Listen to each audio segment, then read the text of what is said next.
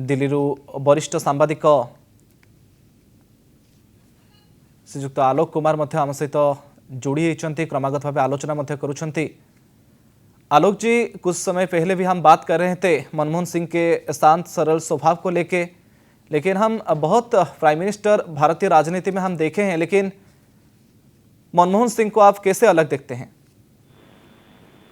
मनमोहन सिंह, आप अगर इनको प्रधानमंत्री के तौर पर सिर्फ देखना चाहेंगे तो बहुत छोटी बात हो जाएगी। इनका व्यक्तित्व तो बहुत विशाल है।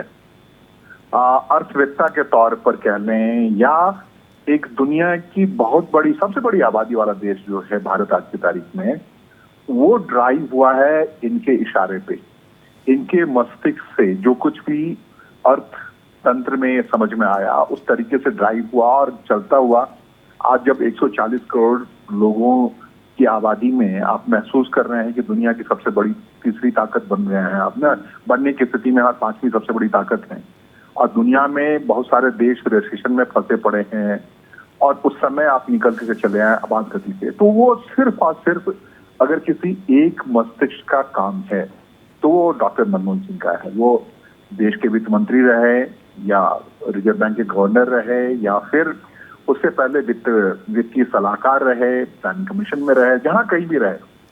इस शख्स में एक जो सबसे दूसरी बड़ी बात जो आपने पूछा मनमोहन सिंह के बारे में, तो आपको याद करना पड़ेगा कि हम आप में से बहुत सारे लोग बहुत विपन्नता से बढ़ के आए हैं आगे।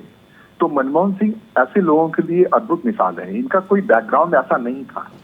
ये उस वक्त के व्यक्ति थे जब देश का विभाजन हो गया था। पूरी परिवार को, जब 10 साल के ये थे, पूरे परिवार को 12-15 साल में पूरे परिवार को शिफ्ट होकर आना पड़ा था भारत, विभाजन की वजह से। और बिल्कुल हैव नॉट्स वाली स्थिति थी इनके, यहाँ कुछ ऐसा था नहीं। और फिर उस परिवार का बच्चा निकलता हुआ आगे बढ़ता है और इस ढंग से कीर्तिमान अजय व्यक्ति हैं। इनकी आलोचना बहुत मुश्किल है। नाटकीय तौर पे, राजनीतिक परिप्रेक्ष्य पे तो आप कर सकते हैं, लेकिन आप जब जाएंगे तो व्यक्ति को कैसा जीवन चाहिए इसके अद्भुत मिसाल, जिसमें वो अजय हो जाता है, जिसमें इनकी आलोचना की वस्तु किसी के पास शायद नहीं है। ये ऐसा नहीं, हमारे यहाँ भारत में ये स्थिति है कि हम जाने के बाद किसी की आलोचना नहीं करते, लेकिन यहाँ सच में उनके रहते हुए भी ऐसी कोई वस्तु नहीं थी इनके जीवन में जिसे लेकर आलोचना किया जा सके। तो जब आप पूछ रहे हैं कि कैसे अलग महसूस करते हैं बाकी प्रधानमंत्री से, तो प्रधानमंत्री की कुर्सी पे बैठ करके अगर किसी व्यक्ति को चलती हुई एक सामान्य सी मारुति कार जो उसकी हैसियत की थी उसके प्रति लालच जगे, क्योंकि मैं कहाँ बैठा हूँ, मुझे उस मारुति कार में जाना है, खुद ड्राइव करके जाते थे मारुति 800 कार। इनकी अद्भुत मिसाल थी। नीली पगड़ी कला कोई और पहनते नहीं थे। सादगी भरा जीवन था। ईमानदारी की कोई बात अगर की जाए तो उसके प्रतिबिंब थे कि ईमानदार व्यक्ति कैसा होना चाहिए, सादगी भरा हुआ व्यक्ति कैसा होना चाहिए, ज्ञान से भरा हुआ व्यक्ति कैसा होना चाहिए। पिछले उस समय दर्शक जुड़े होंगे तो उनको याद होगा जब मैं बता रहा था कि इनके जो मेमोयर है, इनकी बेटी ने जो लिखा है इन पे, तो उसमें कहा है कि पिताजी डॉक्टर मनमोहन सिंह जब प्रधानमंत्री आवास छोड़ रहे थे तो उस समय उनको बाकी चीजों की चिंता नहीं थी। उनको सिर्फ इस बात की चिंता थी कि उनके जो लाइब्रेरी में रखे हुए 50,000 किताबें हैं वो सही सलामत नए कोठी में, नए जगह पे चला जाए। तो आप समझ सकते हैं कि कंसर्न क्या है। एक डॉक्टर कह रहे थे एम्स का, जब ऑपरेशन से निकल का है बाहर, पहले ही जब चेतन अवस्था में आया तो उन्होंने सबसे पहले डॉक्टर से पूछा कि मेरे देश का क्या हाल है और कश्मीर की क्या स्थिति है। तो वो डॉक्टर भी हर तरफ लोग पूछते हैं कि मैं ठीक हो जाऊंगा या नहीं। तो इसको इस बात से चिंता नहीं रही शख्स को कि मैं ठीक होऊंगा नहीं, मेरा देश ठीक होना चाहिए, मेरा। आलोक जी, सिंह साहब के साइलेंट थेरापी को लेकर हमेशा बात किया जाता था, लेकिन कभी बड़ी बड़ी बात नहीं करते थे। जो नाम से नहीं काम से जाना जाना चाहिए, ऐसा व्यक्तित्व थे सिंह साहब। बिल्कुल निसंदेह। ये कभी भी किसी भी मोड़ पर संसार में व्यक्ति में सुख दुख दोनों आता रहता है। बहुत आलोचनाएं हुई, हम लोग उसमें से थे। पत्रकार, सबसे बड़ा पत्रकार बिरादरी था जो इनकी आलोचना करता था उस समय जब ये ताकत में थे, सरकार में थे। इनको कोई ऐसा झिझक नहीं था। वो कहते थे कि आलोचना तो जिस कुर्सी में बैठा हूं उसका आलोचक जिंदा रहना चाहिए ताकि मुझे दिशा मिलते रहे, मैं समझता रहूं। तो और सादगी के तो आप कोई इसको कैसे आप परिभाषित कर सकते हैं। एक सामान्य व्यक्ति था जो बैठ गया था उस कुर्सी पर, एक संयोग से, एक संघर्ष से। मैं गांव में बैठा हुआ कोई उड़ीसा के किसी सुदूर गांव में बैठा हुआ व्यक्ति महसूस कर सकता है कि जब मनमोहन सिंह बगैर किसी छल कपट के, बगैर किसी राजनीतिक दावपेच के प्रधानमंत्री कुर्सी पर पहुंच सकते हैं, तो लोकतंत्र की ऐसी ताकत है कि वो भी व्यक्ति आगे बैठ सकता है। हाँ। एक ईमानदारी से बैठ सकता है, एक सादगी से आके बैठ सकता है। उन सबके लिए प्रेरणा है। हाँ। अगर वो ज्ञान अर्जित करता है, अगर वो अपनी समझ अर्जित करता है, तो छल प्रपंच और आज के तारीख में जब बेगम धन दौलत की बात आती है वो, और लोग समझते हैं यही सब कुछ है, हाँ। उन सब के लिए जो ऐसा लोग समझते हैं उन सब के लिए सबक है मनमोहन सिंह की धन दौलत की जरूरत नहीं है किसी को अजय होने के लिए, छल प्रपंची होने की जरूरत नहीं है। सादगी भरा जीवन से भी वो यहाँ पहुंच सकता है और विश्व की सबसे बड़ी आबादी को पूरित कर सकता है। जब आपके अंदर दूसरे के लिए दर्द हो ना, हाँ। तो उस व्यक्ति में मनमोहन सिंह रहे हैं कि अपने कंसर्न से ज्यादा इनका जो कंसर्न रहा अपनी जीवन यात्रा में 1934 से लेकर के आज जो बीते हैं इस 92 साल में, हाँ। जो इनका जो सबसे ज्यादा कंसर्न रहा, इनका देश रहा, इनकी धरती रही। एक बड़ा प्रसंग है, बड़ा इंपॉर्टेंट प्रसंग है, उसको समझना चाहिए लोगों को। हाँ। इनका जन्म स्थान चकवाल पाकिस्तान में है। हाँ। और ये प्रधानमंत्री रहते हुए कई बार ऐसा मौका आया, अगर थोड़ी सी चेष्टाई दिखाते तो अपने जन्म स्थान पे जाते, लेकिन इन्होंने देश हित में तय किया कि मैं नहीं जाऊंगा वहां। तो ऐसा कोई हो सकता है त्यागी क्या? हाँ। कि जिसके लिए अमेरिका जाना आसान था, जिसके लिए बराक ओबामा पलके बिछाए रहता था, वो अपने गृह स्थल पर या जन्म स्थल पर नहीं जा पाया। लेकिन इसके लिए प्रथम राष्ट्र था, प्रथम देश था, उसकी नीतियां थी। तो आप समझ लीजिए त्याग के प्रतिमूर्ति किस कदर थे। और अभी थोड़ी देर बाद आज ही हुआ कई प्रपत्रों से कि इनको हाँ। जो जगह है स्मारक स्थल नहीं मिला। सरकार को अंततः ये फैसला करना पड़ा कि स्मारक बनेगा इनका, एक ट्रस्ट बनेगा इनका। हाँ। और उसके आधार पर, और कोई दिखावा नहीं जिस व्यक्ति में। हम लोगों ने प्रधानमंत्री रहते हुए भी इनके पास कई बार जाने की उनका वो सौभाग्य मिला, पास में गुजरने का सौभाग्य मिला, इनसे सवाल पूछने का सौभाग्य मिला। हाँ। तो धरती पर ऐसा कोई व्यक्ति शायद ही कोई आया कि जो इतनी सरल भाव से उस ऊंची कुर्सी पर बैठ के दुनिया को देख रहा हो और अपने हित के बजाय सर्वहित की बात कर रहा हो।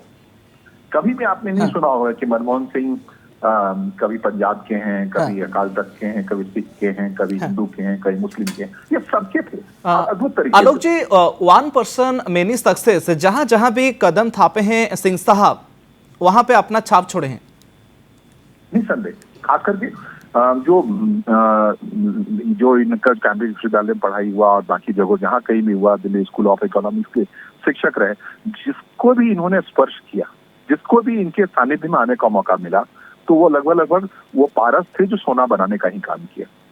और सच अर्थ में जो अगर हमारे यहाँ जो प्रतीकात्मक तौर पे कहा जाता है, पारस नाम का एक पत्थर होता है जिसका स्पर्श मात्र से सोना हो जाता है। तो आज अगर भारत सोने का देश होता जा रहा है तो उसके पीछे यही पारस है। जो आपने कहा कि जो कोई भी इनके आसपास आया, अद्भुत आया। अपने जो स्टाफ है, इनके स्टाफों की बात करेंगे आप, तो कई स्टाफ रो रहे हैं, बिलख रहे हैं कि इतना कंसर्न रखने वाला मालिक उनको कभी नहीं मिला। और सबके सब सादगी पसंद, सबके सब इनका केयर करने वाला। सबसे पहले उनके बारे में पूछते थे, जहां कहीं भी जाते थे, घूमते थे, टहलते थे, सामान्य पत्रकारों के साथ स्टोरी में जाते थे, एक एक पत्रकार से आके पूछते थे कि आपने खाना खाया, कैसा रहा, ये रहा। बाद में इनका अपने बारे में इनका आता था ख्याल। तो ये जो अजय व्यक्तित्व है ये अद्भुत है। और ये इनका नाम तो सच में अमर रहेगा। जब भी ऐसी बात होगी कि आप शीर्ष पर बैठ करके आपका आचरण कैसा होना चाहिए, शीर्ष पर बैठने का सफर में आपका रास्ता कैसा होना चाहिए, उस रास्ते से क्या आप शीर्ष पर पहुंच सकते हैं, तब जो अचंभित करने वाला व्यक्तित्व उनसे होगा वो डॉक्टर मनमोहन सिंह होंगे। तो वास्तव में सरलता, सादगी, विनम्रता जिसका आभूषण रहा हो, उस आभूषण के सहारे वो शीर्ष पर जाता है। उस आभूषण के सहारे वो विश्वसनीय बन जाता है। उस आभूषण के सहारे, अपने सादगी के सहारे वो एक प्रवर्तक बन जाता है, चेंज कर देता है पूरे भारत को, पूरे देश को अपने मस्तिष्क से।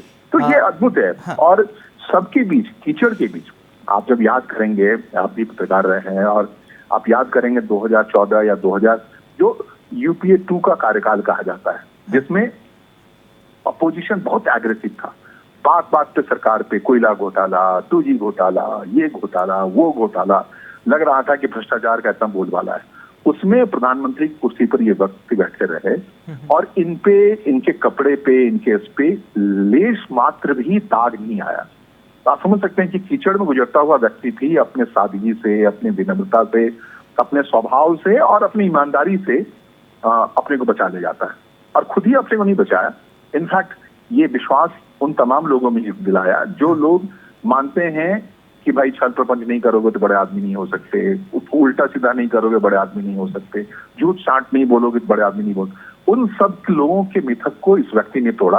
आप सादगी से आगे बढ़ते रहें, आप ईमानदारी से आगे बढ़ते रहें, आप कर्तव्य निष्ठा से आगे बने रहें, विश्वसनीय बने रहें, तो आप भी पहुंच सकते हैं उस मकाम पर जिसे छुआ है मनमोहन सिंह ने। और भारतीय के अंदर ही नहीं, दुनिया के आज तमाम विश्व के तमाम लोग महसूस कर रहे हैं कि आज जो शख्स जा रहा है, आज इसकी अंत्येष्टि हो रही है, वो अद्भुत था, निराला था, बेमिसाल था। वैसा बाकियों को होना चाहिए और ऐसे लोग जो ईमानदारी से घबराते हैं। आलोक जी, ये कह सकते हैं कि एक व्यक्तित्व का नहीं, एक पूर्व प्रधानमंत्री का नहीं, आज एक युग का अंत हुआ है। निसंदेह कम से कम इस शताब्दी को जो ड्राइव किया है, जिस शताब्दी में आप जी रहे हैं ना, इस शताब्दी को जो 21वीं शताब्दी कही जा रही है और कह रहे हैं कि ये शताब्दी अर्थ का होगा, टेक्नोलॉजी का होगा, सूचना क्रांति का होगा, उस शताब्दी को ड्राइव करने वाला व्यक्ति वाकई 24 साल तक जी करके दिशा देके जा रहा है। 92 साल के मनमोहन सिंह तो गए, लेकिन इस शताब्दी में जो ये 20 साल तक 24 साल तक रहे हैं और इस शताब्दी के 10 साल तक उन्होंने जो भारत के प्रधानमंत्री के तौर पर अपनी भूमिका निभाई है, उससे पहले भारत के वित्त मंत्री के तौर पर जो इन्होंने भूमिका निभाई है, तो वो भूमिका ही इस दुनिया में भारत को विश्व विजय के तौर पे बना रहा है। आज जो भी नीति है, जैसी भी नीति है, वो मनमोहन नीति ही कही जाती है। और आप समझ सकते हैं कि एक व्यक्ति इस ढंग से कैसे हो सकता है। और यही वजह है कि प्रधानमंत्री हो, रक्षा मंत्री हो या पूरा देश श्रद्धानत है, सबके आंखों में आंसू है कि वाकई एक सिग्नेचर करके ये व्यक्ति जा रहे हैं और ये पूरी शताब्दी पे इनका सिग्नेचर होगा, ये निसंदेह है। जैसे पिछले शताब्दी में हम आप याद करते हैं ना कि महात्मा गांधी की शताब्दी थी, तो ये शताब्दी चूंकि अर्थ की शताब्दी है, तो इस शताब्दी को याद किया जाएगा। ये डॉक्टर मनमोहन सिंह की शताब्दी है जिसने भारत को एक दिशा दी थी उस मोड़ पर जहाँ की भारत सबसे बड़ी आबादी दुनिया की बन रहा था और उस सबसे बड़ी आबादी के लिए कैसे रहन सहन हो, उसका भोजनोपार्जन कैसे हो, वो कैसे बेहतर कहा है दुनिया में, कैसे अपने सफलता के अवलंब खड़े करे, उसकी सुध लेने वाला व्यक्ति डॉक्टर मनमोहन सिंह हुए। और इसी के सहारे आज दुनिया में जो भारतीय डायस्पोरा है, जो सबसे समृद्ध कहा जा रहा है, सिर्फ उसके पीछे मनमोहन सिंह है। उनकी नीतियां हैं, उनकी समझ है, उनकी सोच है। आलोक जी, देश की सेवा कैसे किया जाता है, भारत माँ के लिए खुद को कैसे अर्पण किया जाता है और एक राजनेता कैसा होना चाहिए? सिंह साहब एक बड़े इंस्पिरेशन रहेंगे हमेशा। निसंदेह राजनेता तो वो आप कह सकते हैं एक्सीडेंटल है। राजनेता, राजनीति में आना एक एक्सीडेंट जैसा है डॉक्टर मनमोहन सिंह के लिए। लेकिन जो आज की तारीख में जो बच्चे प्रतियोगिता परीक्षा की पर तैयारी कर रहे हैं, जो चाहते हैं ब्यूरोक्रेसी माना, जो चाहते हैं ज्ञानार्जन में लगा रहना, तो एक इतने ज्ञानी व्यक्ति, इतने अर्थशास्त्री जिन्होंने के लिए अक्षर, किताब, कॉपी सबसे ज्यादा इंपॉर्टेंट था, सबसे ज्यादा टेक्नोलॉजी इसके लिए इंपॉर्टेंट थी, उनकी तुलना में प्रधानमंत्री की कुर्सी या राजनीति इनके लिए बहुत छोटी बात थी। और ये संयोग है कि भारत का भाग्य है एक तरीके से कहिए कि उस भाग्य ने डॉक्टर मनमोहन सिंह को प्रधानमंत्री की कुर्सी पे आने का मौका दिया। उस भाग्य ने डॉक्टर मनमोहन सिंह को राज्यसभा में पहुंचने का मौका दिया। ये भारत का ही भाग्य था जिस भाग्य ने एक जो टिपिकल ब्यूरोक्रेट था, जो आरबीआई का गवर्नर था, उसे भारत के प्रधानमंत्री बनने का मौका दिया। उसी भाग्य की वजह से आज भारत खुद को भाग्यशाली महसूस कर रहा है। तो आप समझ सकते हैं कि जब आप महान होते हैं ना, तो आपके लिए सारे दरवाजे भी खुलते हैं। तो महान होने का जो रास्ता है वो कोई जरूरत नहीं है आप राजनीति से ही महान हो, आप कहीं से होते चले आए। और लेकिन जो सामर्थ्य है, जो ज्ञान का सामर्थ्य है, जो अध्ययन का सामर्थ्य है, वो अगर उसको अगर मिसाल मानते हैं तो आपके लिए मनमोहन सिंह एक खुली किताब है, आपके लिए एक सबक है। आपको सीखना चाहिए कि आपको जोर से बोलने की कोई जरूरत नहीं है, आपकी सफलता ही आपके आगे बोलती रहेगी। तो ये मनमोहन सिंह है। राजनेता के तौर पे इनको कितना याद किया जाएगा ये तो दुनिया बताएगी, लेकिन ये जरूर बताया जाएगा कि राजनीति में उन लोगों के भी आने का रास्ता खुला हुआ है जो ज्ञान से परिपूर्ण है, जो सामर्थ्यवान है, जिनकी समझ साफ है, और ये भारतीय राजनीति में ही संभव है। आलोक जी, भारत के लिए, भारत के अर्थनीति के लिए जो अवदान रहा है मनमोहन सिंह जी का और उनका शांत सरल स्वभाव के लिए आज हर एक हिंदुस्तानी जो है उनको याद कर रहा है। आप उनसे बहुत बार मिले होंगे, बातचीत हुआ होगा, आप कैसे याद करेंगे डॉक्टर मनमोहन सिंह जी को? डॉक्टर मनमोहन सिंह को याद, हम आपका सबका भारत का डीएनए ही मनमोहन सिंह है, आप सच मानिए तो। मैं इतनी बड़ी 140 करोड़ की आबादी जो है ना, ये सादगी पसंद आबादी है। हाँ। ये विनम्रता पूर्वक आबादी है। और मनमोहन सिंह को जब भी मिलने का मौका लगा, उनके साथ गुजरने का मौका लगा, प्रेस कॉन्फ्रेंस में जाने का मौका लगा, तो मैं तो बिल्कुल वो प्रतिबिंब गांव के उस बूढ़े व्यक्ति की प्रतिबिंब देखता रहा इनमें, जो हमेशा हमें आपको सिखाता है कि बच्चे झूठ मत बोलो, बच्चे ईमानदारी से जीवन जियो, कर्तव्यनिष्ठ रहो, अध्ययनरत रहो। तो मुझे हमेशा वो लगते रहे कि एक जो भारत का एक बुजुर्ग है जो दिशा दे रहा है, और जब मौका आ रहा है, कुर्सी पर बैठ रहा है, तो करके दिखा रहा है कि हम आपको जब भी ऐसा कभी मौका दे, हम आप जब कह रहे हैं तो किसी भारतीय को अगर ऐसा मौका मिले तो ऐसा ही करना चाहिए। इनको टो करना, इनको फॉलो करना आसान नहीं है। और इस दौरान जैसा मैंने मिसाल के तौर पर थोड़ा सा एक बताया आपकी, गांधी को फॉलो करना आसान नहीं है, उसी ढंग से शताब्दी के जो सबसे बड़े पुरुष जी आलोक जी, अगर कहा जाए तो ये जो गाना मुझे अभी भी याद आ रहा है, जो मुझको मेरे बाद जमाना ढूंढेगा। ये जमाने से दूर जाए तब तो जमाना ढूंढेगा जी। ये जमाना ही इनको टो कर रहा है ना। सच्चाई ये है कि आने वाला जो भी दूरदर्शी व्यक्ति रहे मनमोहन सिंह, और ये पूरी शताब्दी, जैसा मैं कह रहा हूँ ना, टेक्नोलॉजी पे ड्राइव होने वाली है। और टेक्नोलॉजी को अर्थतंत्र की आवश्यकता पड़ती है, और जिसके पास आर्थिक रूप से आप सबल नहीं होंगे तो आपकी गजट नहीं आएंगे, आपके टेक्नोलॉजी नहीं आएंगे। और इन्होंने सब कुछ खोल दिया, इन्होंने उस टेक्नोलॉजी को खोल दिया। उन्होंने, कहते हैं ना कि जब बाद में बहुत शोर हुआ, लेकिन जो चंद्रयान या बाकी जो भी भारत की जो भी स्पेस टेक्नोलॉजी है, जो भी है, इसमें डॉक्टर मनमोहन सिंह ने कभी कोई कमी नहीं आने दी और उसको बड़े नजदीक से देखते रहे। उसके अलावा अब तो जमाना ही सिग्नेचर के तौर पर है, और दुनिया भूल नहीं पाएगी। आपको मैं बताऊं कि भारत में एक मनमोहन सिंह जैसे व्यक्ति हुए थे जो शताब्दी की शुरुआत में 2004 में और 2014 तक इस कुर्सी पर बैठे थे, और जिन्होंने पॉलिसी को ऐसे ड्राइव किया था कि उस ड्राइविंग के तरीके से भारत आज कहाँ पहुंच गया। तो जमाना तो इनके नाम लिखा जाना है, ये समझ लीजिए। दुनिया ही इनको भूलना बड़ा आसान नहीं है। वहां भूलना आसान क्या, भूल ही नहीं सकती। मैं आज इस मोड़ पे कहते हुए ऐलानिया तौर पे कह रहा हूं कि जो नीति है, मनमोहन नीति है, जिसकी वजह से वाकई दुनिया मोहित है, विश्व बैंक मोहित है, या आसपास के जितने देश आप अनुमान लगाइए ना, 2004 में या 2008 में अमेरिका बिल्कुल करा रहा था रेसेशन से, और उस समय में मनमोहन सिंह की वजह से भारत मुस्कुरा रहा था कि चलो यहाँ की कुर्सी पे एक ऐसा व्यक्ति बैठा हुआ है जो भारत में इस रेसेशन को, इस आर्थिक मंदी की हवा तक नहीं लगने दी इस व्यक्ति ने। तो आप सोच सकते हैं कितना समृद्ध मस्तिष्क के व्यक्ति रहे हैं ये। और इसी शताब्दी की बात है, इस शताब्दी तक तो भूलना बहुत मुश्किल है इनको, और नहीं भूल पाएंगे लोग। कौन से इससे खूबियां हैं जिनको आज आप याद करेंगे मनमोहन सिंह के बारे में अगर हम जिक्र करें? एक तो इनकी खूबियों में सादगी और अध्ययनशीलता जी है ना, और लालच से दूर रहना। कभी भी इन्होंने कभी भी अब जब भी खड़े हुए आप देखते हैं, और आप नहीं बोलते हैं तब भी बहुत कुछ बोल रहे होते हैं, या फिर आप जब नहीं बोल रहे होते हैं तो आपकी पर्सनालिटी, आपका ओरा, आपका पर्सोना, आपकी ईमानदारी, आपकी सादगी बोल रही होती। ऐसा आलोक भाई, ये भी एक बात है, ये भी एक गौर करने की बात है कि आपको राजनीति में अगर होना चाहिए तो वो कला भी आपको आना चाहिए कि व्हाट टू स्पीक और व्हाट नॉट टू स्पीक, यानी कि आपको क्या बोलना है और आपको क्या नहीं बोलना है।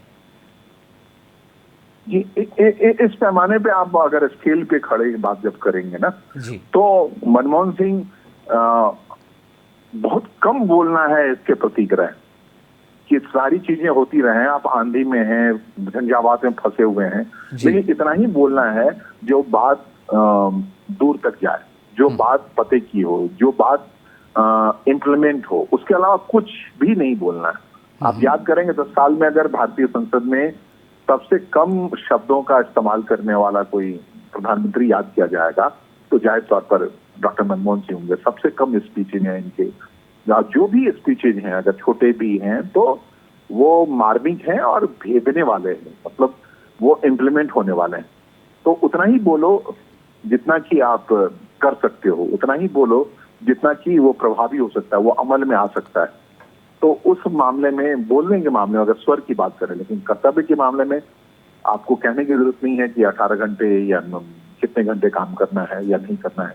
ये सोते जगते उठते बैठते या सामान्य व्यक्ति की तरह से भारत की चिंता करना, आर्थिक स्थिति की चिंता करना, जैसा कि मैंने कहा कि सबसे बड़ा भारत के लिए या दुनिया की अर्थव्यवस्था के लिए सबसे बड़ा जो टेस्ट का समय था, लिटमस टेस्ट का, वो 2006 का था, जब पूरी अमेरिका में मंदी छा गया था और लगा था कि विश्व अब रुक जाएगा, ठहर जाएगा। उस समय मनमोहन सिंह भारत की कुर्सी पर बैठे हुए थे, प्रधानमंत्री थे, और उन्होंने भारत को मुस्कुराने का मौका दिया। ये चीन अगर आर्थिक शक्ति के तौर पे आगे बढ़ी है या फिर अमेरिका खुद को एंजॉय कर रही है, यूरोपीय वर्ल्ड के तमाम, उन सब के लिए मनमोहन सिंह आदर्श थे। आखिर क्या वजह रही कि हम सब परेशान थे, हम पसीना पोंछ रहे थे और भारत मुस्कुरा रहा था?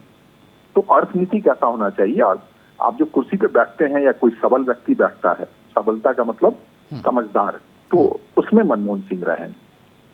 जी, तो आलोक कुमार हमारे साथ वरिष्ठ पत्रकार जुड़े हुए हैं। आलोक जी, बहुत बहुत शुक्रिया। हम छोटे समय के बाद, अंतर के बाद दोबारा आपके पास लौटेंगे और बहुत कुछ चीज़ों के बारे में हम जिक्र करेंगे।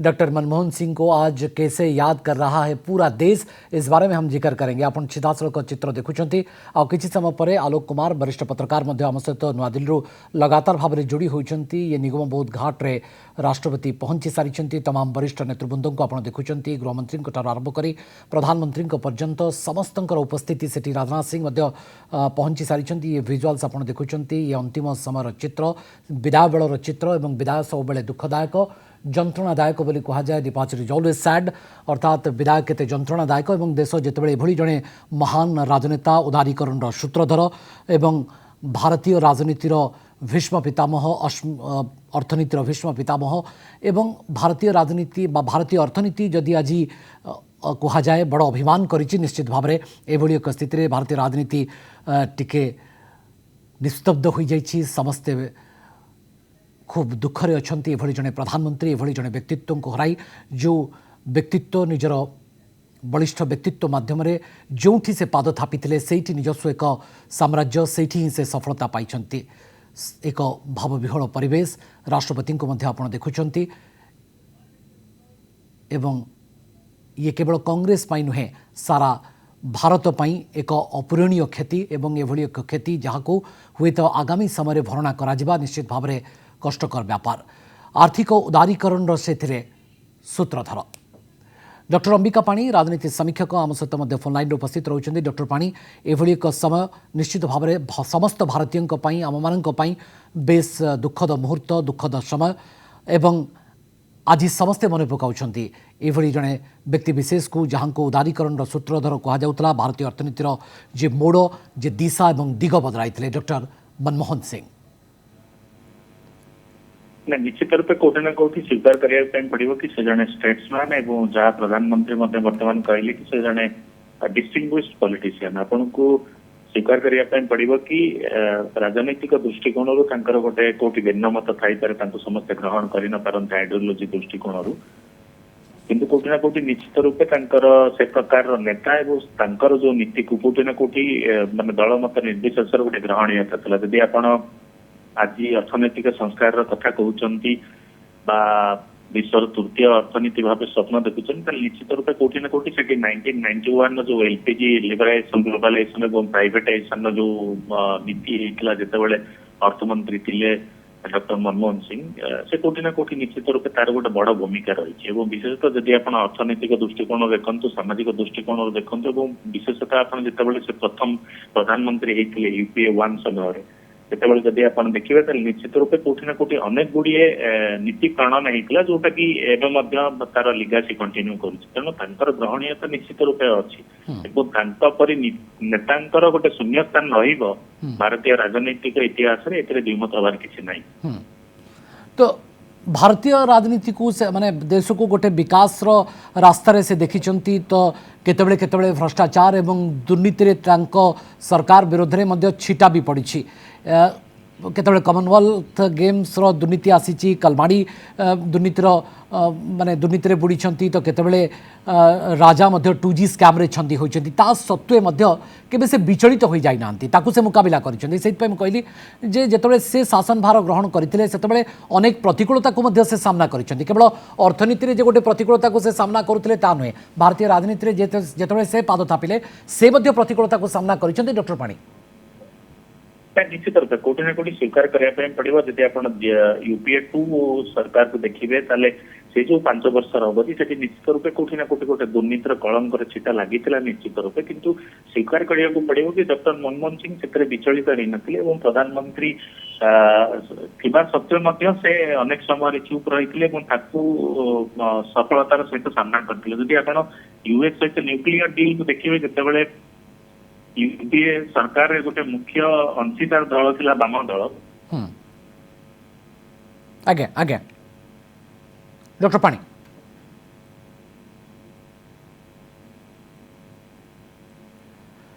तो डॉक्टर अंबिका पाणी शुणी पारुछंती एवं भारत सहित अमेरिकार आणविक चुक्ति प्रसंग में आपण कहते आम पुणी थे आपको जोगाजोग करने को चेष्टा करूँ कि सब बड़ कथा जे भारतीय राजनीति जितेबाला माने कांग्रेस राजनीति जितेबाला खिचड़ी सरकार थिला सेतेबाला बा यूपीए 2 समय कथा आपण मन पकांतु देशर विकास रास्ता से देखिंट तो केतेबाला भ्रष्टाचार और दुर्नीतिर अभियोग आसी ए गठबंधन सरकार विरोध में से मध्य प्रतिकूलता को सामना करिसेंती विरोधी तांको काहींके कार्यानुष्ठान नेउना बोली प्रश्न उठाई किंतु ता सत्वे मध्य से केबे चुप बसी नथिले अनेक समय एक्शन मोड को मध्य आसिचंती कहा जाए जे खूब नरम स्वभाव व्यक्ति बेले बेले कठोर निष्पत्ति मध्य नहीं पारे जहां मनमोहन सिंह मध्य देखाई आम छोट कमर्शियल ब्रेक नौचु ब्रेक पर तुरंत ही आलोचना को फेरछु।